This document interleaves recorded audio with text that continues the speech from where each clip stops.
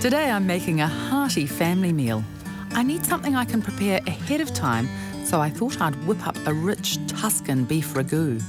It's old-fashioned comfort fare that everyone enjoys. I just love the garden at this time of the year. It's so prolific, and I've got this gorgeous broccoli. I actually grow broccoli all year round. It's such a super vegetable. You know, try and have that every day and you'll be healthy for life.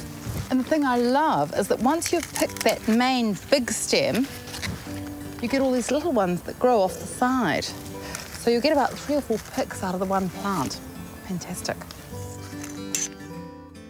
And I need some parsley to go on top of my beef ragu, as well as some onions, some garlic, canned anchovies, tomato paste, fresh beef stock, red wine, oil, balsamic vinegar, some nice mashing potatoes, and my fresh parsley, rosemary, and enough broccoli for 5 or 6 people. And of course, my beef.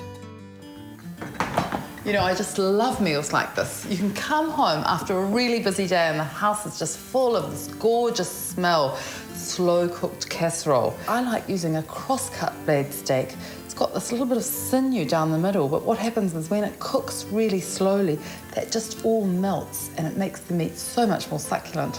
Start by cutting 1.2 kg of beef into nice big chunks. Give it a good season and then sprinkle about 1/4 cup of flour over, tossing it round to coat.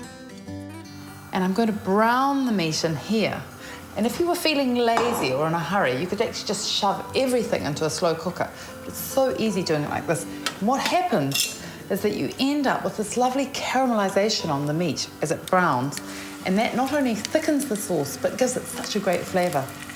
And the trick here is that you actually don't want to put too much meat in at a time, because if you put too much in and overcrowd it, it won't actually brown. It'll just start getting wet and soggy. Chop a couple of onions lengthwise into thin wedges and add them to the pan with the meat brownings. All those gorgeous pan brownings in there, and that smell of brown meat and onions cooking, it's just the smell of home. Add a couple of cloves of garlic, 5 to 6 anchovies, 1/4 cup of tomato paste, a cup of fresh beef stock, a cup of red wine, 1/4 cup of balsamic vinegar, a cup of water, and a tablespoon of finely chopped rosemary.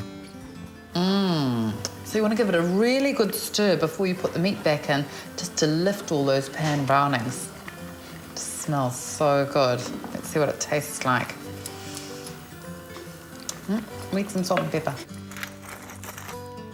Add the meat back into the pot and don't forget all that lovely juice. That can just do its own thing now. So my ragu has been cooking for an hour and a half now. I'm going to put the potatoes on, a wee bit of salt, lid on, and always start them in cold water.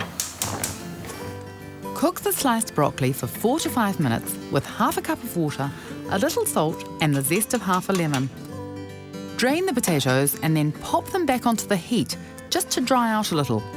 Mash them well before adding a good knob of butter and salt and fine white pepper to taste. The ultimate comfort food. I love it. Then finely chop that parsley. We are good to go. Look at this. Oh, I can see the meat. It's just falling apart. Yum. A little bit of parsley over the top. There's nothing nicer than coming home after a hard day at work to the welcoming smell of a dinner like this. And it was so easy to prepare. Happy days.